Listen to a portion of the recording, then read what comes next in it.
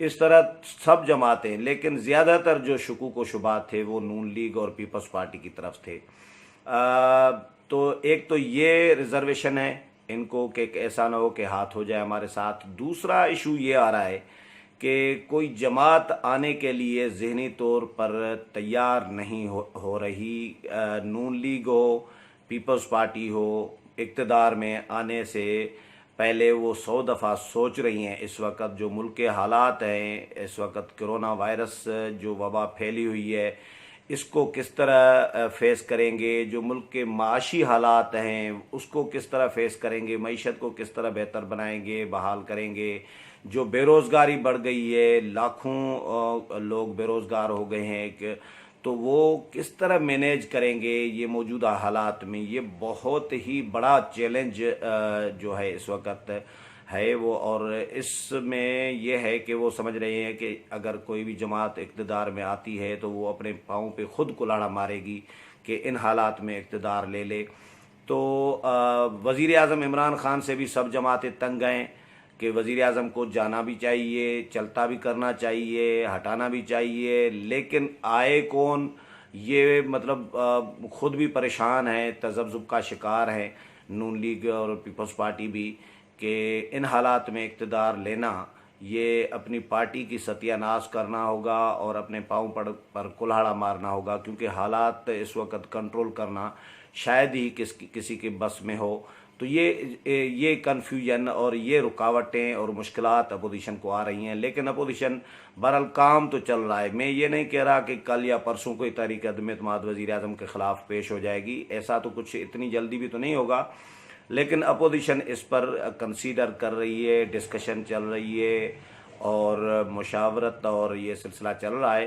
اب ظاہر ہے اس میں کتنا وقت لگتا ہے یہ اپوزیشن پر ڈیپینڈ کرتا ہے، اور دوسرا اتحادیوں پر، اتحادیوں میں جو بال ہے وہ ہے کاف لیگ کی کورٹ میں، کہ کاف لیگ کیا کرتی ہے۔ کاف لیگ اگر پنجاب میں چھوڑ دے تو پنجاب میں حکومت نہیں رہے گی۔ جس طرح میں نے پہلے بھی بتایا ہے کہ پنجاب میں وزیر اعلیٰ پنجاب عثمان بزدار ایک ووٹ کے اضافے سے بھی وزیر اعلیٰ نہیں ہے، آدھے ووٹ کے اضافے سے وزیر اعلیٰ بنے ہوئے ہیں، یعنی آدھا ووٹ ان کے پاس زیادہ ہے اپوزیشن سے، تبھی اس پہ وزیر اعلیٰ بنے ہوئے ہیں۔ ایک بھی ہوتا تو بھی بندہ کہے کہ ایک ووٹ زیادہ ہے، بھائی یہ آدھا ووٹ ہے۔ تو آدھے ووٹ والا کاف لیگ کے 10 ممبران ہیں پنجاب میں، اور وہ چھوڑ جائے تو ظاہر ہے حکومت نہیں رہے گی۔ اسی طرح قومی اسمبلی میں بھی ان کے ممبران ہیں، تو اختر مینگل پہلے ہی حکومت کو ابھی چھوڑ کر بیٹھے ہوئے ہیں۔ کاف لیگ کے بھی 5 ارکان اگر چھوڑ جاتے ہیں تو پھر حکومت کے پاس جو ہے وہ 14 ارکان کی اکثریت رہ جائے گی۔ اس وقت 19 ارکان کی اکثریت ہے، اور جب کاف لیگ چھوڑ جائے گی تو تقریباً 14 ارکان کی اکثریت ہوگی۔ تو 14 ارکان بھی مینیج کرانے والے مینیج کرا لیتے ہیں، اور ان کے لیے بھی شاید میڈیا میں ڈسکس ہو رہا ہے کہ مقتدر قوتیں یا جو مینیج کرانے والی قوتیں ہیں وہ بھی عمران خان کی پرفارمنس سے، عثمان بزدار کی پرفارمنس سے خوش نہیں ہیں، لیکن فی الحال ابھی تک چلاتے رہے ہیں۔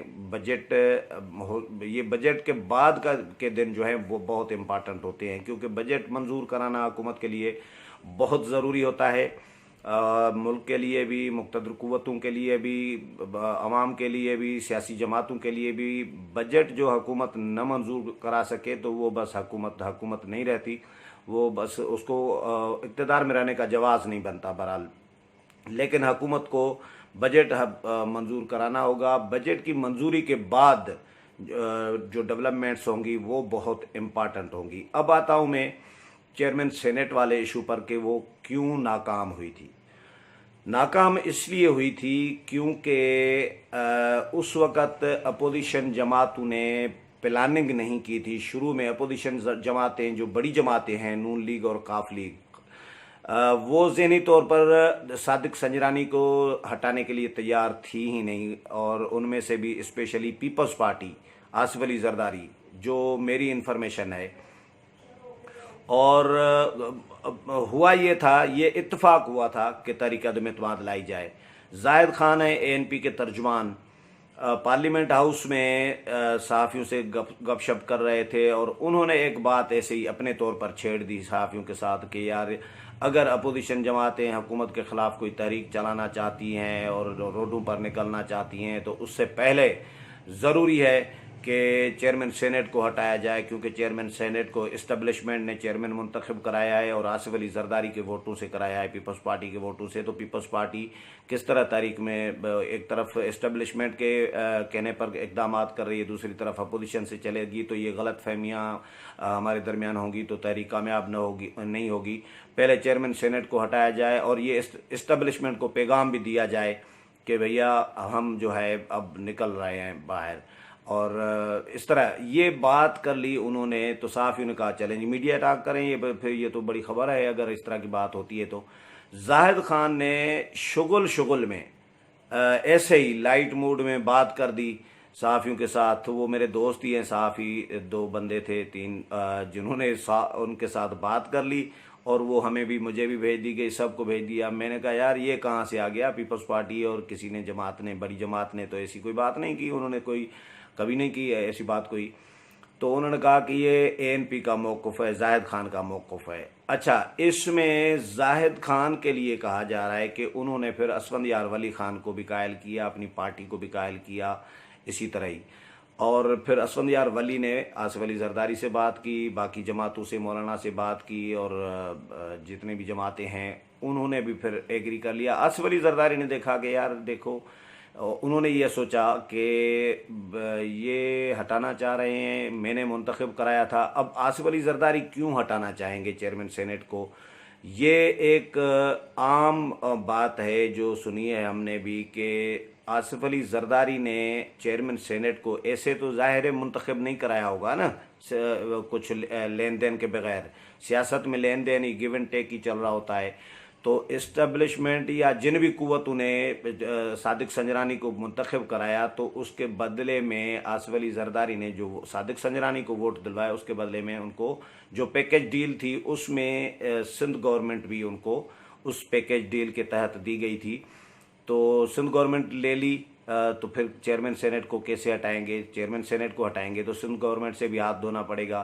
تو وہ سیریس تھے نہیں آصف علی زرداری صادق سنجرانی کو ہٹانے میں، اور لیکن سیاسی اپوزیشن جماعتوں کا پریشر آ گیا، بات سیریس ہو گئی، یعنی مذاق میں معاملہ سیریس ہو گیا، اور پھر APC ہوئی، پھر ڈسکشن ہوئی، اور اسفندیار ولی نے معاملہ اٹھایا، تو سب نے کہا چلو جی ٹھیک ہے جی ہٹاتے ہیں صادق سنجرانی کو۔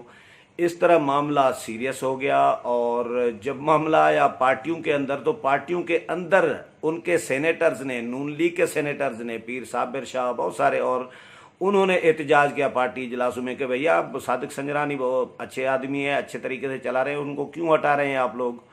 اور پھر پیپلز پارٹی کے اندر بھی یہ پھڈا پڑا، آوازیں آئیں، شیری رحمان، بہت سارے لوگوں نے کہا کہ صادق سنجرانی کو تو نہیں ہٹانا چاہیے، یہ غلط ہوگا وغیرہ وغیرہ۔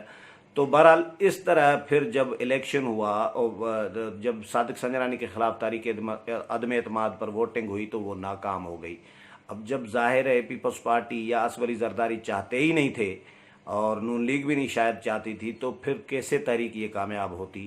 تو یہ تحریک اسی طرح ناکام ہوئی تھی، اور اسی طرح مذاق میں تحریک کا معاملہ سیریس ہو گیا تھا تحریک عدم اعتماد کا صادق سنجرانی کے خلاف، اور اس طرح پھر ناکام ہو گئی، وہ چاہتی نہیں تھی۔ تو یہ کہانی ہے صادق سنجرانی کے خلاف تحریک عدم اعتماد کی ناکامی کی۔ وزیر اعظم عمران خان کے خلاف تحریک عدم اعتماد جب بھی آئی تو وہ میرا خیال ہے اس کی نوعیت اس طرح کی نہیں ہوگی، اس کی نوعیت سیریس ہوگی، صادق سنجرانی جیسی تحریک نہیں ہوگی۔ امید ہے پروگرام پسند آیا ہوگا، اگلے پروگرام میں پھر ملاقات ہوگی، تب تک اجازت چاہتا ہوں، اللہ حافظ۔